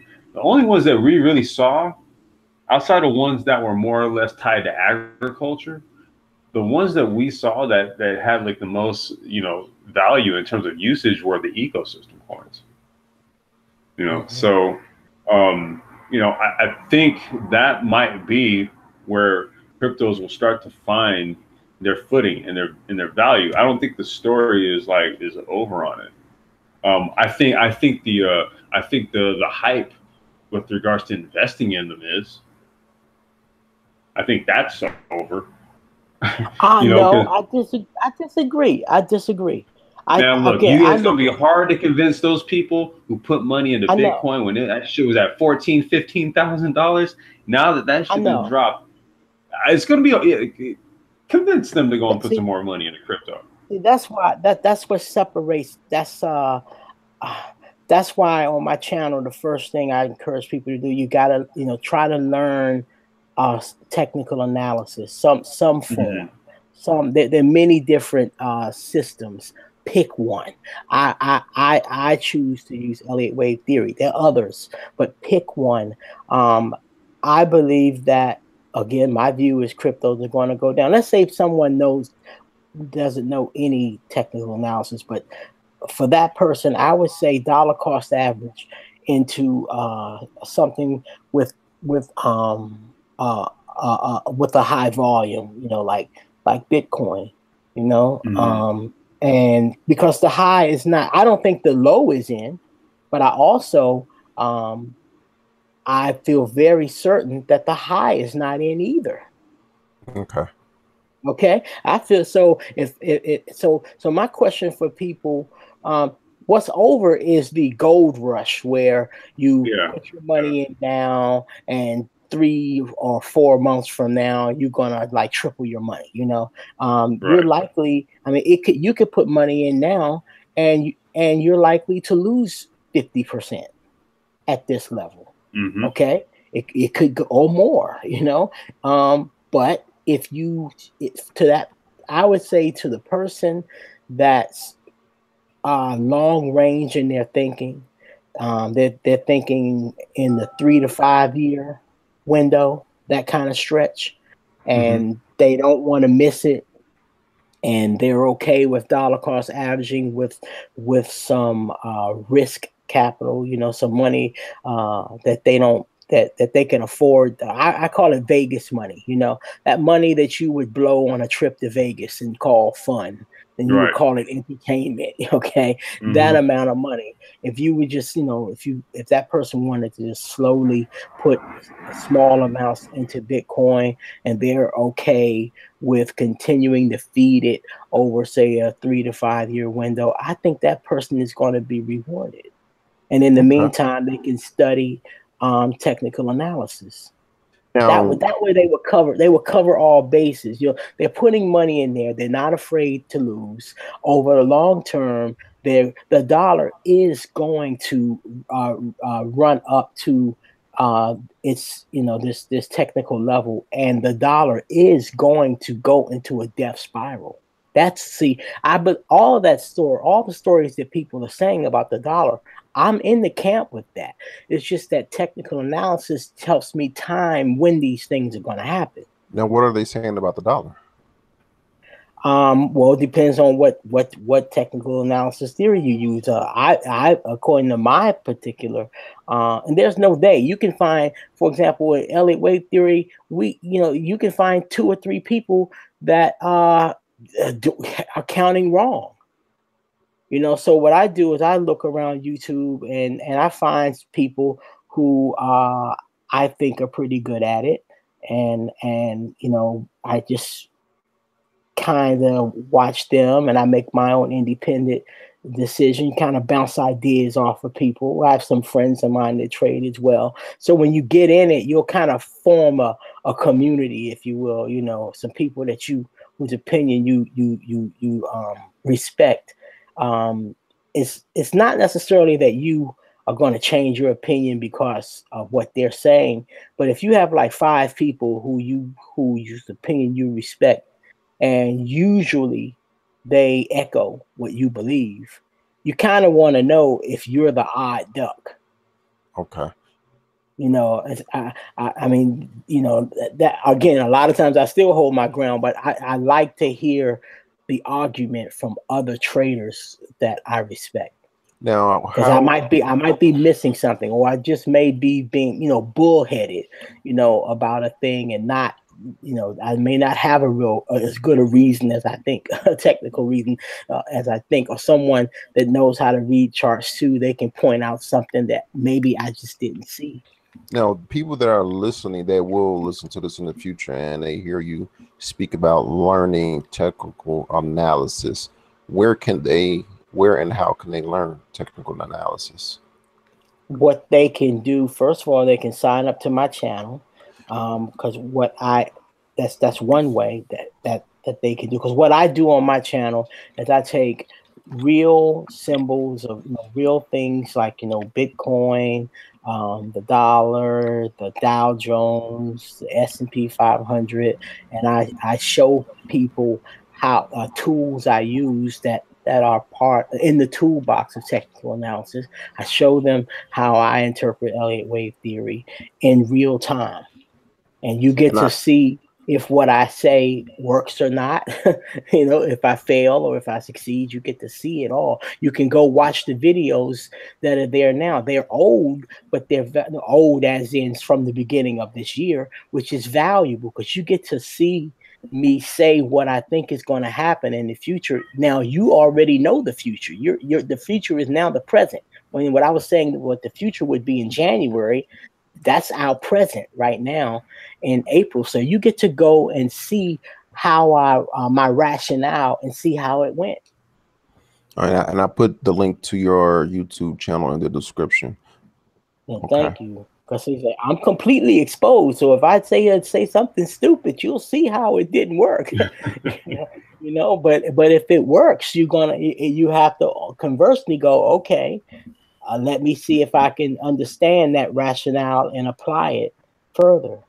And you can also another way people can learn, they can just go to Google. They can do that. They can enter technical analysis in YouTube. They're different people, and so you'll find you can buy a book. You can contact me for personal consultation. So it's going to be probably a combination of many things. It's unfortunately I never found like one place I could go to learn this stuff. Okay, I did a lot of things, read books, YouTube searches, followed people, and through process of elimination, you find out what works. There's certain techniques that gonna speak to you. It's gonna make sense to you. Okay, but Dollar Will, I just want to jump in and say, you have somebody like Max Kaiser who bought like 100,000, if not more, of Bitcoin in 2012. at rock bottom prices and then jumped out when it hit 20,000 a share. You know, that's a pretty nice come up, and I don't know if I would be so hesitant to or be averse to cryptocurrencies at that point. Now, I think what we're talking about in general is how do we use an alternative currency to our advantage to get away from the economic hardships of the dollar? That's a good question. Now here's my take on that. Mm-hmm. I don't buy here's my take on the dollar, on the way money or value works. There's a relationship correlation between a negative correlation between the dollar on one side. Let's think of it like a seesaw. If the dollar on one side is seesaw, and on the other side of the seesaw, you have energy and metals. So we're talking oil, gas, an oil, natural gas, gold, copper, silver, that kind of stuff.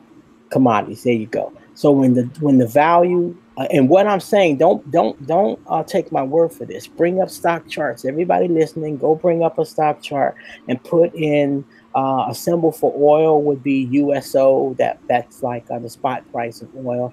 WTI, West Texas Oil. Exxon. To test what I'm saying, and put in there also a USD/CHF. That's dollar Swiss franc.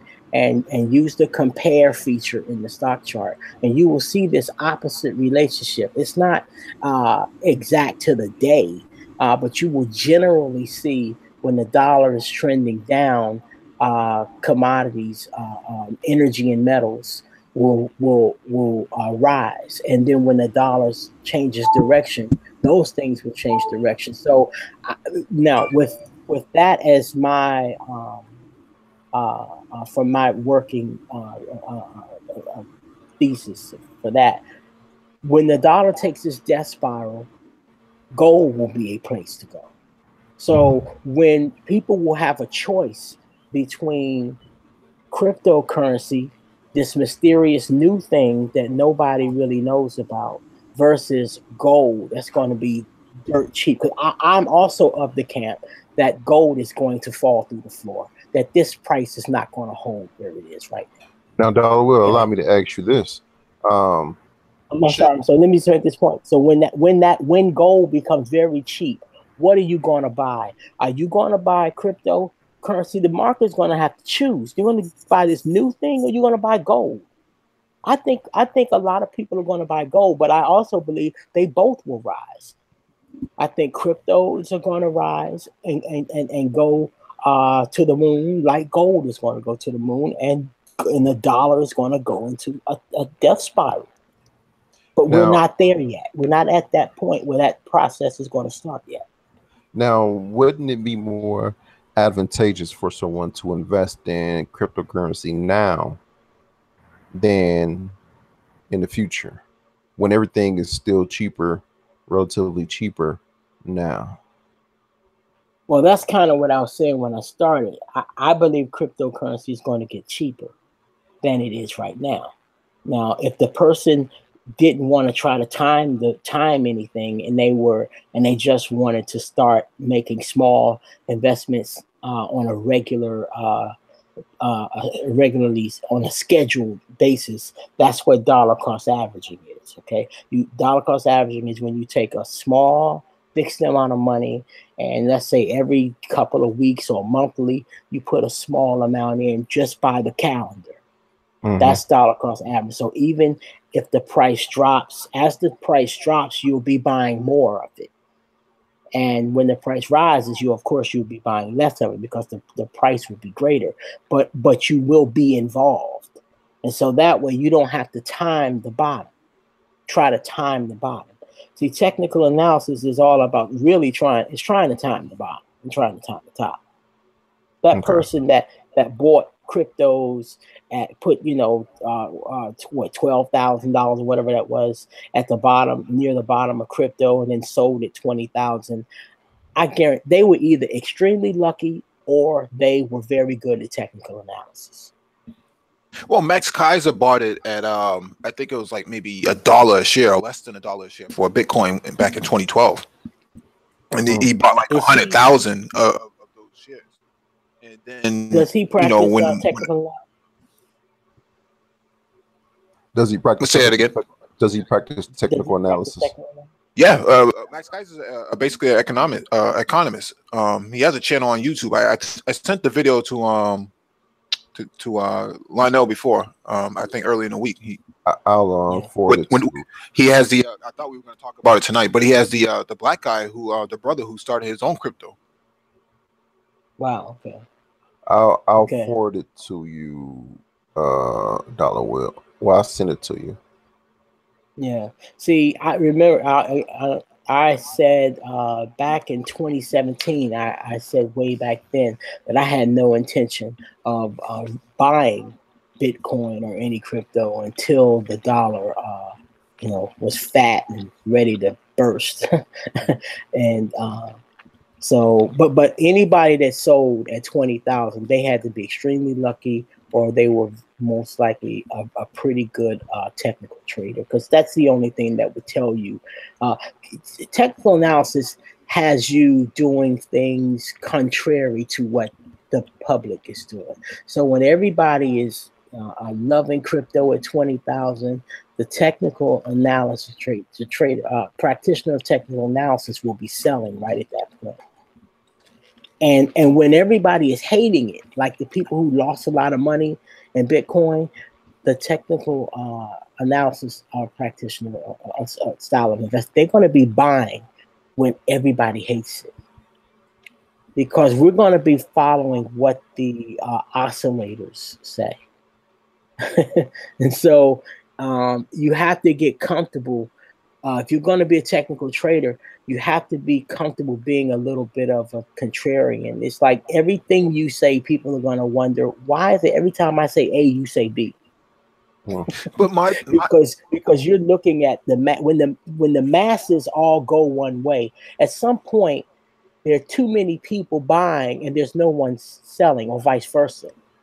And with technical analysis, you're watching those measurements to see if it's too many, if the optimism is too great or the pessimism is too great. Go ahead, Mike. No, I was just going to say to Darwell's point that there's the naysayers, but you have naysayers within the Black manosphere as well as the Black YouTube community that will say, "Oh, well, this is a Ponzi scheme. You shouldn't even touch it at all," and they have no clue.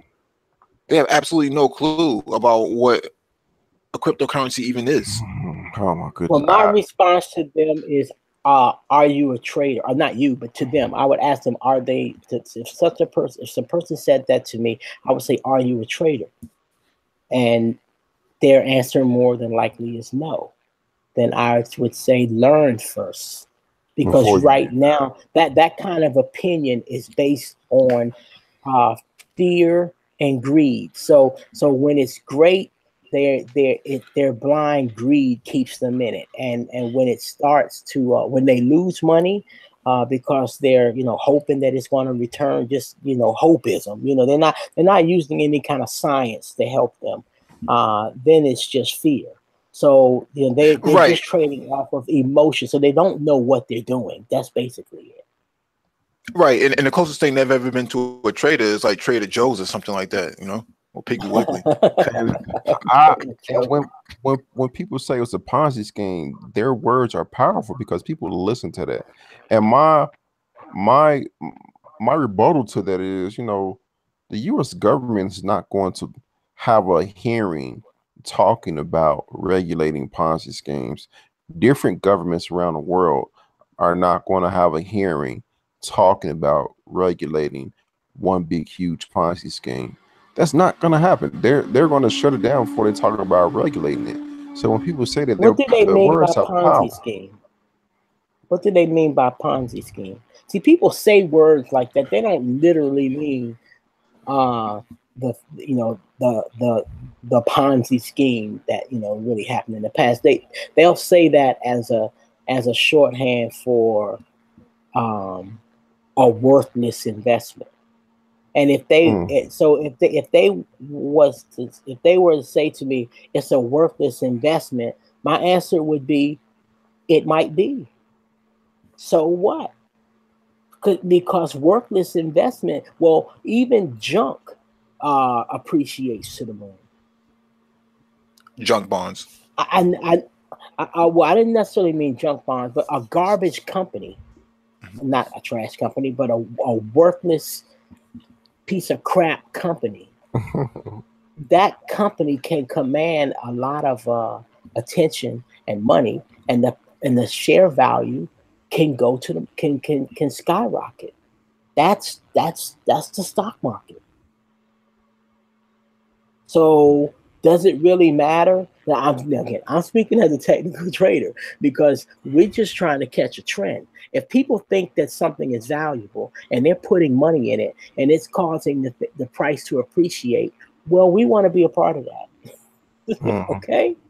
So if you can make money off of a trend, does it matter? So I have to really talk to that person. So what are you really trying to get at? People believe that if the company is high quality and I put my money in it, that therefore I'm not going to lose money. That's false. There is no company in America that you can put money in and never lose money. It does not exist. I'm glad you said that. I'm glad you said that. Okay, so see, they think that if it's there are macroeconomic events that determine when companies rise, and that rise of the dollar. Again, I'm dollar will. The rise of that dollar and that relationship between the U.S. dollar and energy and metals, that tells you about the macro environment and the flow of money. There's a macro environment, a climate where businesses grow and expand, and they introduce new products to market, and they hire more employees and open up new divisions. And then there's another business climate where businesses contract and they lay people off and they sell their businesses to other companies and they convert their money, to cash to move into other things because the market, the global market gets it grows too much. It's just a natural thing. Markets expand and contract. And in technical analysis, we watch that expansion and contraction. Things just naturally go up too high, and the price has to do what we call revert to the mean. Sometimes things in the store just cost too much. Sometimes rent is too daggone high, and it just has to come down. And once you get into technical analysis and emotion leaves it and you start reading about it and watching charts, that's why anybody going to my channel, go to the very first video that I put up. I started with a 100-year view of the Dow Jones. This was like around January 13th when I put up the 2018. And I told everybody in that video that the market was going to top out and start going down. Now that we're going, and it's going to continue going down significantly. Well, when I was making that call, it sounded radical at the time. It doesn't sound radical now. I just used the science of technical analysis to make that call. Okay. What's interesting to the point that you brought up, well, maybe you didn't bring it up, but it was brought up last night at the meeting that there's starting to be more discrimination now in the real estate market against Black and brown people because they want more than 5% and 10% down on a house. So now they're asking for 20% bare minimum, and most of these Black and brown people don't have it. So some of the ideas were that maybe we should start leveraging cryptocurrencies as a way to get around the lack of U.S. currency to go around for most of these minority people or Black and brown people. Because if white people are able to put down 3.5% or 5% in the Midwest, why in places like D.C. or Baltimore or wherever that Black people are predominantly at, why is it so much more difficult for them? and it's because of the lack of U.S. dollar that they have available, lack of capital that they have. If it's going to take 20% down, then what are they going to do as an alternative? Maybe a cryptocurrency may be an alternative to a down payment.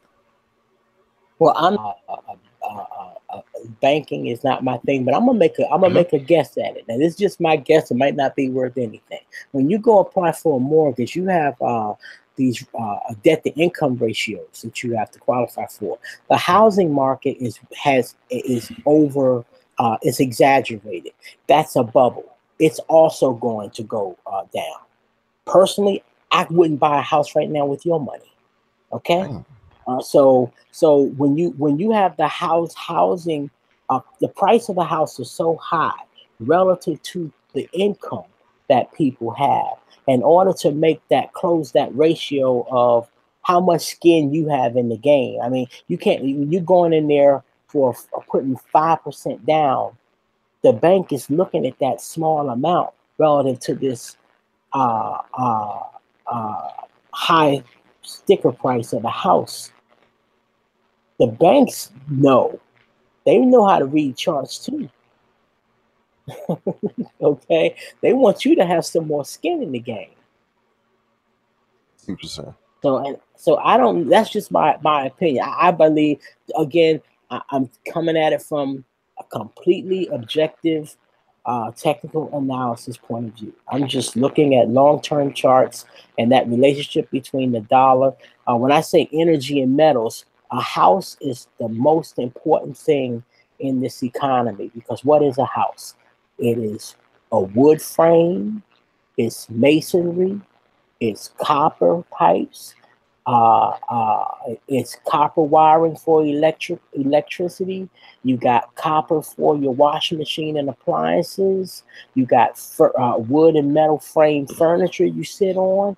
I just listed everything back to that US dollar versus energy and metals and basic materials. You cannot get away from that relationship between the dollar versus material things. You will never get in sync with the flow of money and when to buy something and when to save your money if you don't come around to understanding the relationship of this US dollar versus material things.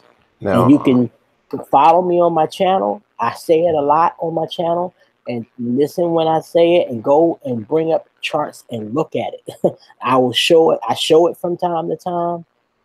You just gotta stay with that relationship, because when that correction happens, the price of everything goes down. I mean, I'm 54 with gray hair. I was around when that crash. Well, I don't like the word crash, okay? Because again, downturns are normal things, normal events. But that correction, if you will, that happened. What was that? 2007. Mm-hmm. It was nasty, man. And it took people a very long time for their house to regain the equity they lost in their homes. I believe that that's going to happen again starting this year. I believe that. That's just my opinion. I'm going to start to wrap this up, because initially hangouts are going to be 2 hours each day. So if anyone would like to say anything with the closing words, go ahead now.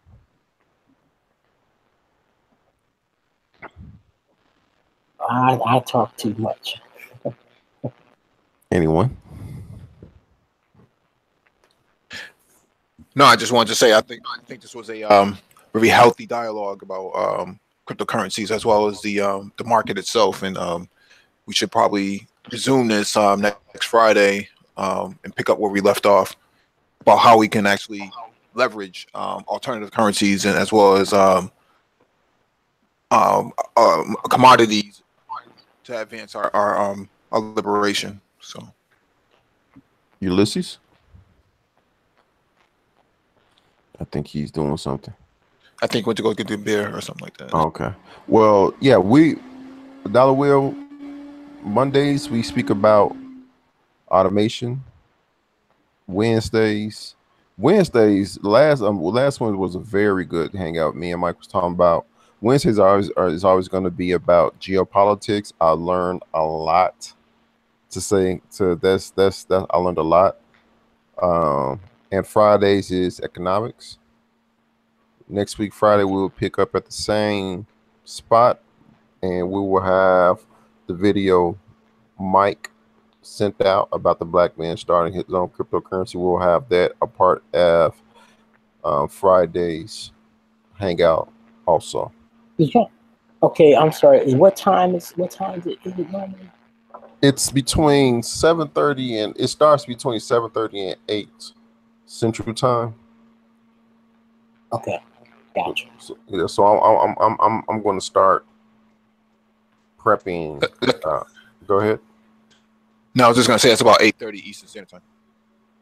Yeah. Well, everybody, I subscribed to this channel and I hit that alert, so I should get the alarm, next time. So and the hangouts are strictly what the topic is. We're not going to diverge into other things. So if it's automation, we're just going to talk about automation, everything that automation can affect, everything automation can be used for. If we're going to talk about geopolitics, we're going to talk about Syria, the Middle East, China, Haiti, America, everything geopolitics, economics. We're going to talk about economics and everything that has to do with economics.